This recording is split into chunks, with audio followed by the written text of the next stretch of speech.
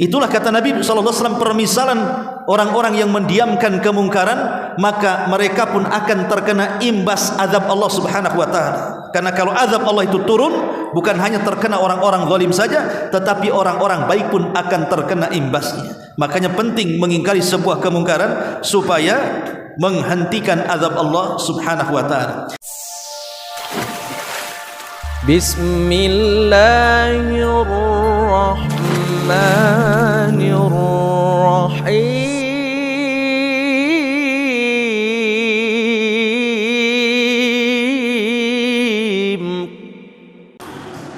Alhamdulillah wassalatu wassalamu ala Rasulillah wa ala alihi wa sahbihi wa mawalah wa la hawla wa la quwata illa billahi wa ba'd. Kita lanjutkan kajian kita, masih membahas qasasul Quran, kisah-kisah di dalam Al-Quran. Dan malam ini kita akan mengkisahkan satu kisah dalam surah Al-A'raf ayat 163 sampai 166. Di dalam surah Al-A'raf ini ada satu kisah yang disebut oleh para ulama sebagai kisah Ashabu As-Sabti. Kisah Ashabu Sabti, kisah orang-orang Yahudi yang mengagungkan hari Sabtu. Ma'asyiral muslimin wal muslimat rahimakumullah. Dahulu di tengah-tengah Bani Israel ada sekelompok Yahudi yang menurut kalangan ahli tafsir jumlahnya 70,000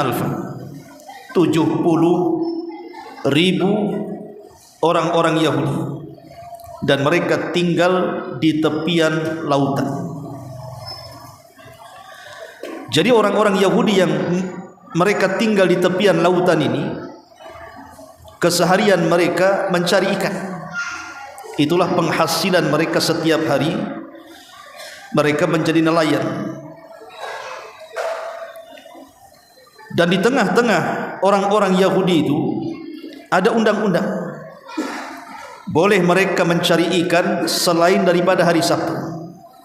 Jadi dari hari Ahad, Senin, Selasa, Rabu, Kamis, Jumat silahkan kalian cari ikan. Tetapi khusus hari Sabtu tidak boleh mencari ikan. Itulah ujian yang Allah Subhanahu wa taala ujikan kepada orang-orang Yahudi yang mereka berada di tepian lautan ini. Akhirnya Allah Subhanahu wa taala uji mereka, di mana hari Sabtu ini justru ikan-ikan yang selama ini mereka cari itu tampak oleh pandangan mata-mata mereka. Artinya nampak loncat-loncat di tengah-tengah lautan. Sementara di luar hari Sabtu ikan itu tak nampak. Ini ujian dari Allah Subhanahu wa taala untuk orang-orang Yahudi. Kuat tidak iman mereka. Akhirnya ada sekelompok kecil dari orang-orang Yahudi ini mulai terpikir untuk mengambil ikan-ikan itu. Tapi mereka masih takut kalau seandainya mereka langsung mengambil ikan di hari Sabtu. Ada undang-undang dalam Taurat, siapa yang melanggar maka akan turun azab kepada mereka. Maka mereka pun mengurungkan niat untuk mengambil ikan di hari Sabtu.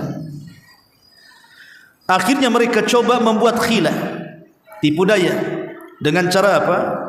Memasang jaring ikan di hari Jumat, untuk ikan di hari Sabtu diangkatnya hari Ahad.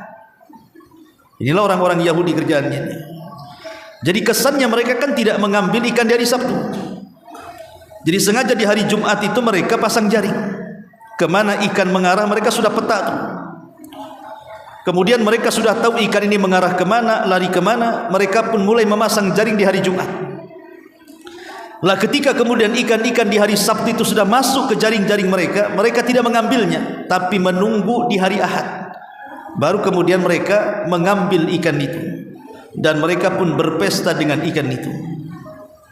Sekali tidak ada masalah, dua kali tidak ada juga masalah, sampai berkali-kali Akhirnya mereka menyangka bahwa ancaman itu hanya isapan jempol saja. Tidak ada azab. Buktinya ini ikan hari Sabtu yang kami tangkap, tidak terjadi azab. Dari sinilah akhirnya mereka pun mulai lancang. Kalau begitu ngapain kita pasang jaring di hari Jumat, diangkat dari Ahad, langsung saja di hari Sabtu. Mulailah kemudian mereka berani melanggar hari Sabtu. Ketika mereka berani melanggar hari Sabtu, disinilah kemudian mulai manusia pecah menjadi 3 kelompok. Kelompok yang pertama, orang-orang yang berbuat zalim dengan mengambil ikan di hari Sabtu. Kelompok yang kedua, yang ekstrim, mereka senantiasa memerintahkan agar berhenti, jangan mengambil ikan di hari Sabtu, nanti akan turun azab kepada kalian. Ada kelompok tengah-tengah. Kelompok tengah-tengah ini ya tidak ikut mancing atau mencari ikan di hari Sabtu, tetapi tidak keras juga, tidak mengingkari kemungkaran kepada orang-orang yang mengambil ikan di hari Sabtu, justru menyalahkan orang-orang yang mengingkari kemungkaran dan mengatakan, sudahlah biarkan, tidak usah cerewet dengan mereka, biarkan mereka cari ikan, toh juga kalau turun azab maka mereka yang akan merasakan. Ini kelompok yang tengah-tengah ini aneh. Justru mereka menyalahkan kelompok yang keras, yang mereka sehari-harinya mengingkari sebuah kemungkaran. Lah ketika itulah akhirnya azab Allah Subhanahu wa taala turun kepada mereka. Orang-orang yang keras mengingkari kemungkaran ini tidak mau satu atap dengan mereka. Akhirnya mereka pun sepakat untuk memagar, membuat dinding yang tinggi supaya terpisahkan. Kalau nanti azab Allah Subhanahu wa taala turun, mereka tidak ikut-ikut. Akhirnya mereka pun keluar, kemudian membuat dinding pemisah antara orang-orang yang mengambil ikan di hari Sabtu dan juga orang-orang yang mereka diam saja, tidak mengingkari kemungkaran. Sampai pada waktunya yang biasanya kemudian orang-orang di balik dinding ini apabila datang mencari ikan di hari Sabtu ramai karena mereka mendapatkan hasil tangkapan yang banyak, tiba-tiba sepi, senyap, tidak ada suara. Sehingga orang-orang yang selalu mengingkari kemungkaran dari orang-orang yang beriman di balik benteng ini kaget, kenapa sudah 3 hari kok tidak ada suara. Biasa mereka berhura-hura dengan penangkapan ikan mereka, tiba-tiba 3 hari itu senyap, tidak ada yang bicara. Akhirnya cobalah satu di antara mereka meminta izin kepada tokoh-tokohnya untuk mengintip di balik dinding itu, kenapa sudah 3 hari tidak ada suara. Akhirnya kemudian mereka pun melihat dari celah-celah, rupanya tidak ada manusia, tidak ada satupun orang di balik dinding itu. Kemudian akhirnya cemas-cemaslah orang ini melapor kepada pimpinannya bahwa nampaknya tidak ada manusia di balik dinding, katanya. Kemudian mereka pun berkumpul, orang-orang yang beriman yang mengingkari kemungkaran ini, mereka pun penasaran, bagaimana kalau seandainya kita buka gerbang kita, katanya. Akhirnya dibukalah gerbang, memang tidak ada manusia sama sekali. Tetapi mereka kaget, rupanya di depan mereka ada 2 binatang. Pertama ada kera yang mereka sedang berada di tembok-tembok, merapat ke tembok-tembok. Yang kedua ada babi. Jadi ada 2 binatang di situ yang ramai sekali di mana-mana. Rupanya Allah Subhanahu wa taala mengazab mereka, di mana orang-orang yang mencari ikan dari Sabtu dikutuk menjadi kera, dan orang-orang yang tidak mengingkari kemungkaran dikutuk menjadi babi. Selang beberapa hari, ada yang mengatakan 3 hari setelah kejadian itu, maka Allah Subhanahu wa taala binasakan semuanya, baik kera-keranya ataupun babi-babinya. Tidak ada satupun yang hidup kecuali dibinasakan Allah Subhanahu wa taala. Disinilah kisah dimulai. Allah Subhanahu wa taala mengatakan dalam surah Al-A'raf ayat 163, was'alhum 'anil qaryati allati kanat hadiratal bahri. Dan tanyakanlah kepada Bani Israel tentang negeri yang terletak di dekat lautan. Allah tidak menyebutkan kejadian peristiwanya di mana, tapi yang jelas bahwa ada sekelompok Yahudi, jumlahnya 70.000, mereka penduduk yang ada di tepi lautan. Kemudian Allah mengatakan, idh ya'duna fi sabti idh ta'tihim khitanuhum yawma sabtihim surra'an wa yawma la yasbituna la ta'tihim kadzalika nabluhum bima kanu yafsukun. Kemudian Allah Subhanahu wa taala mengatakan, ketika mereka melanggar aturan pada hari Sabtu. Ingat bahwa masing-masing agama itu punya hari sakral. Umat Islam hari sakralnya hari Jumat. Umat Nasrani hari Sabtunya, hari sakralnya hari Ahad. Dan umat Yahudi itu hari sakralnya adalah hari Sabtu. Sebenarnya Allah Subhanahu wa taala sudah pilihkan hari Jumat untuk mereka, tapi mereka menolaknya. Kemudian juga orang-orang Nasrani juga Allah pilihkan hari Jumat untuk mereka, tapi Nasrani juga menolaknya. Maka kemudian diambillah oleh Islam hari yang bersejarah hari Jumat. Karena hari Jumat itu kan hari diciptakan Adam, hari di mana Adam dimasukkan ke dalam sorga, hari di mana Adam dikeluarkan dari sorga, dan hari di mana kiamat akan dibangkitkan. Lah kebetulan orang-orang Yahudi hari sakral mereka adalah hari Sabtu. Di hari Sabtu inilah Allah perintahkan orang Yahudi untuk tidak ada urusan dengan dunia. Mereka harus fokus ibadah. Tetapi mereka langgar hari itu. Apa pelanggaran mereka? Yaitu ketika datang kepada mereka ikan-ikan yang berada di sekitar mereka terapung-apung di permukaan air. Padahal pada hari-hari yang bukan Sabtu ikan-ikan itu tidak datang kepada mereka. Demikianlah kami menguji mereka disebabkan mereka berlaku fasik. Lihat bagaimana Allah Subhanahu wa taala menguji kepada mereka. Di hari selain Sabtu dari Ahad sampai Jumat ikan itu tak muncul. Tapi ketika Sabtu datang ikan pula melambai-lambai, loncat-loncat, melambai-lambai, kemarilah, ta'al, kemari kan itu. Jadi orang Yahudi ini diuji oleh Allah Subhanahu wa taala dengan lambaian-lambaian ikan itu. Akhirnya kemudian sebagian mereka orang-orang fasik tidak tahan dengan ujian itu. Mulailah kemudian di antara mereka ada yang berlaku khilah, hendak menipu Allah dan orang-orang yang beriman dengan cara apa? Ya tadi saya katakan, meletakkan jala di hari Jumat untuk ikan di hari Sabtu, dipanennya hari Ahad. Itu namanya khilah. Khilah ini dilarang dalam Islam. Seperti contoh umpamanya orang mau mengeluarkan zakat, sudah cukup haul dan nisabnya, kira-kira sebulan lagi harusnya dia mengeluarkan zakat 2,5%. Sebelum 1 bulan itu datang, akhirnya dibelanjakanlah sebagian uangnya supaya tidak sampai nisabnya, supaya tidak mengeluarkan zakat kan. Itu namanya khilah namanya. Tidak boleh dalam Islam. Tetap kalau maksudnya dia membelanjakan untuk lari dari zakat, maka dia wajib bayar zakat. Karena tidak boleh khilah dalam Islam. Atau umpamanya seorang wanita yang ditalak.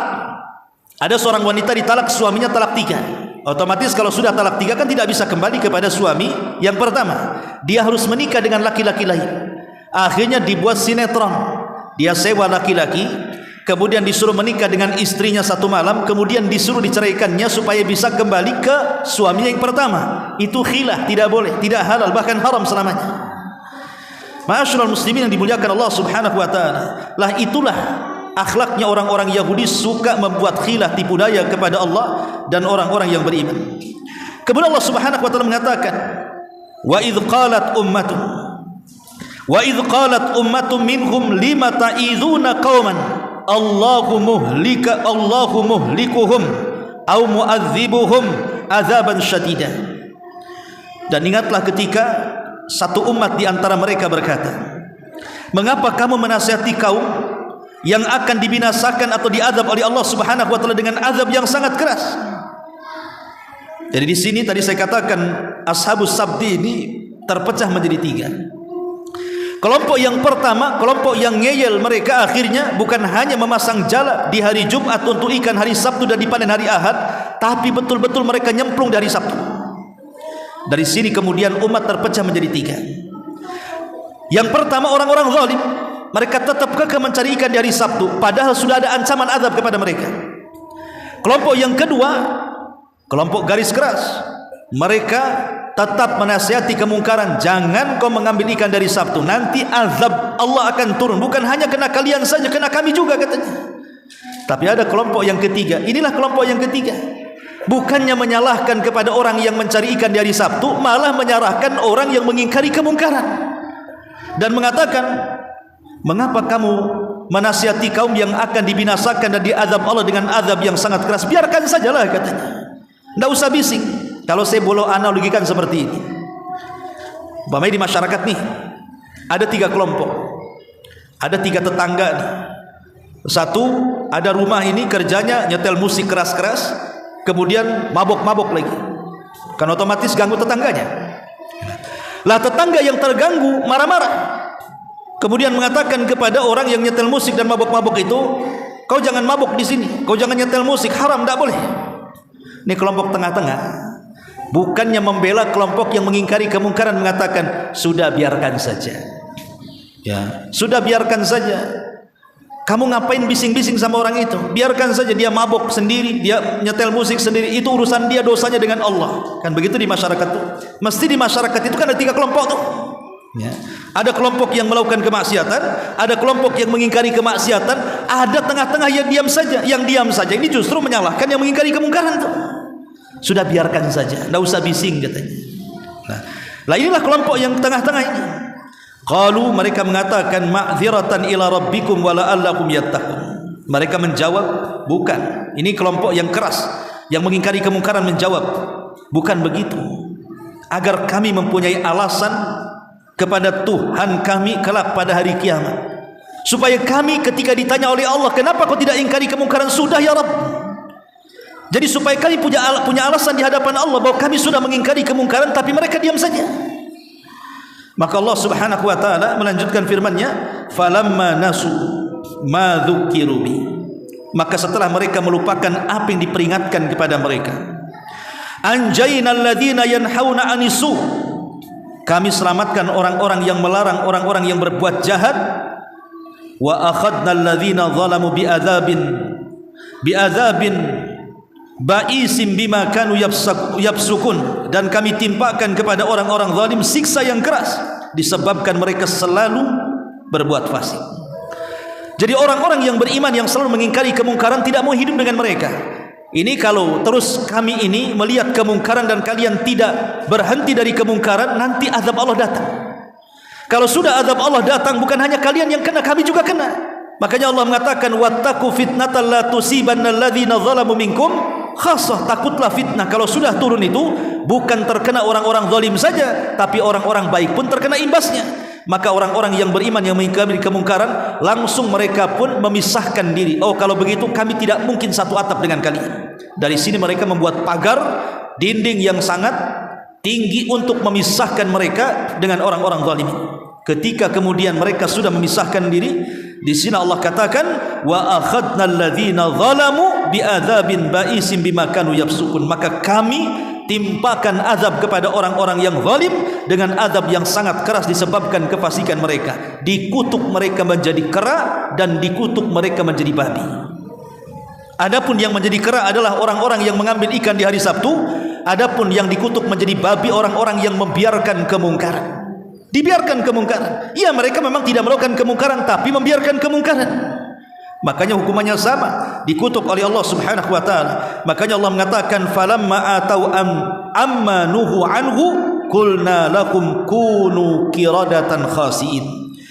Maka setelah mereka bersikap sombong terhadap segala apa yang dilarang, kami katakan kepada mereka, jadilah kalian kera-kera yang dihinakan. Jadi setelah mereka dikutuk menjadi kera, ada sebagian ahli tafsir mengatakan nasib mereka cuma 3 hari, kemudian setelah 3 hari semua dibinasakan Allah Subhanahu wa taala. Ada sebagian orang yang mengatakan bahwa manusia itu terbuat atau tercipta dari kera. Ingat ketika kita belajar di sekolahan ada namanya teori Darwin, ya. Teori Darwin yang mengatakan bahwa manusia itu bapak moyang mereka adalah kera. Sehingga ada yang mengait-ngaitkan yang dimaksud kera di sini adalah kera-keranya Bani Israel yang dikutuk menjadi kera. Maka justru ini kesalahan. Kenapa? Pertama, kera-kera di zaman Bani Israel itu semua dibinasakan Allah Subhanahu wa taala. Tidak ada satupun yang hidup. Kalaupun seandainya mereka hidup, maka sebelum Bani Israel itu sudah ada manusia. Artinya orang-orang yang mengingkari sebuah kemungkaran mereka tidak dikutuk menjadi kera. Kemudian dikait-kaitkan bahwa manusia terbuat dari kera. Ini jauh sekali dan mudah dibantah. Dari sini kita tahu bahwa tidak benar teori yang mengatakan bahwa asal muasal manusia itu dari kera. Kita tahu asal muasal kita ini dari Adam dan Hawa alaihi wassalam.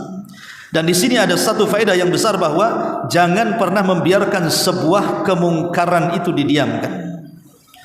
Karena imbasnya bukan hanya orang-orang yang berbuat mungkar saja, tapi yang diam tidak mengingkari kemungkaran pun ikut dikutuk oleh Allah Subhanahu wa taala.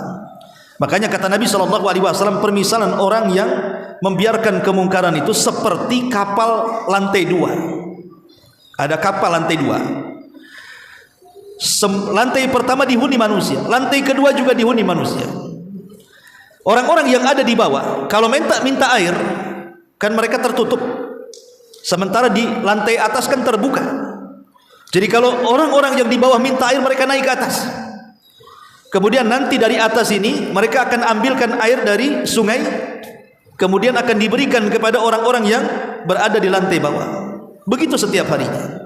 Sampai akhirnya orang-orang yang di lantai bawah ini, mereka terfikir, kalau kita terus-terusan minta air ke yang di atas, kasihan.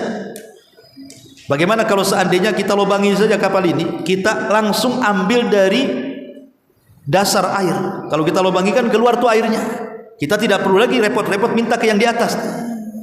Ini kalau betul-betul dilubangi, kemudian airnya sampai kemudian naik ke lantai yang bawah, kalau orang-orang yang ada di lantai 2 membiarkan, tentu kapal itu akan tenggelam. Dan kalau tenggelam, bukan orang-orang yang di bawah saja tenggelam, orang di atas pun tenggelam. Itulah kata Nabi SAW, permisalan orang-orang yang mendiamkan kemungkaran, maka mereka pun akan terkena imbas azab Allah Subhanahu wa taala. Karena kalau azab Allah itu turun, bukan hanya terkena orang-orang zalim saja, tetapi orang-orang baik pun akan terkena imbasnya. Makanya penting mengingkari sebuah kemungkaran supaya menghentikan azab Allah Subhanahu wa taala. Inilah di antara kisah Ashabus Sabti yang terdapat di dalam surah Al-A'raf ayat 163 sampai 166. Subhanakallahumma bihamdika asyhadu an la ilaha illa anta astaghfiruka wa atubu ilaik. Allahu ta'ala. Assalamualaikum warahmatullahi wabarakatuh. Ya. Ada tanya? Silakan. Yang sekarang ya enggak apa-apa. Kalau umat Islam mau cari ikan hari Sabtu, ya enggak masalah. Cuman jangan cari ikan hari Jumat. Ya, kan Islam kan hari Jumat tuh. Orang Jumatan antum cari ikan, ya itu enggak boleh. Kalau seandainya Allah takdirkan nanti tenggelam kapalnya, sul khatimah. Lain kalau seandainya orang keluar di hari Jumat karena memang rutinitas dia bisa pulang sebelum Jumatan, itu terbiasa ya. Qadarullah, mungkin ada ombak, ada apa yang menghalangi dia ke daratan, itu karena ada uzur. Tapi kalau sengaja cari ikan meninggalkan Jumat ini, maka nanti seperti Ashabus Sabti, takutnya dikutuk jadi monyet pula. Kutukan ini apakah masih berlaku? Ini juga pertanyaan. Apakah kutukan kepada Ashabus Sabti ini masih berlaku? Karena ada hadis yang mengatakan bahwa di antara umat ini akan terjadi qadfun wa khasfun wa mashun. Qadfun itu artinya hujan batu. Kemudian khasfun itu artinya gempa atau gerhana. Mashun itu artinya dirobahnya manusia. Ada yang mengatakan bahwa dirobahnya manusia menjadi binatang ini tidak ada dalam umat Islam. Yang ada hanya tabiatnya saja. Maksudnya jasadnya manusia tetapi tabiatnya kayak binatang, ada. Ya, dan itu banyak. Orang-orang yang kuat menindas yang lemah itu kan tabiatnya binatang. Tapi ada juga yang mengatakan bisa saja terjadi umat Islam itu yang dikutuk seperti binatang, langsung bentuknya seperti binatang. Karena pernah terjadi di zaman Imam Ibnu Hazm. Imam Ibnu Hazm seorang ulama zahiri, ketika dia menceritakan tentang hadis, tidakkah takut orang-orang yang mereka mendahului imam saat gerakan-gerakan itu akan diganti wajah-wajah mereka seperti keledai. Jadi adalah di zaman Imam Ibnu Hazm itu ingin mempraktikkan hadis ini. Mana mungkin, masa mendahului imam kepala saya jadi keledai, katanya. Betul-betul dipraktikkan. Sebelum imam ruku dia sudah bangkit. Sebelum imam bangkit dari sujud, dia sudah bangkit ke duduk di antara dua sujud. Kata Imam Ibnu Hazm rahimahullah, dia mengatakan, betul, setelah peristiwa itu Allah Subhanahu wa taala kutuk orang ini jadi keledai. Itu di zaman Imam Ibnu Hazm, ya. Pernah terjadi gitu ya.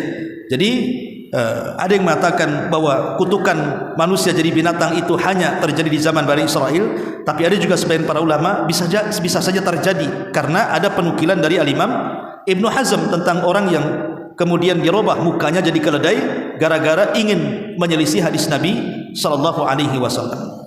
Wallahu a'lam bishawab. Subhanaka wa bihamdika asyhadu an la ilaha illa anta astaghfiruka wa atubu ilaik. Allahu ta'ala alam. Assalamualaikum warahmatullahi wabarakatuh.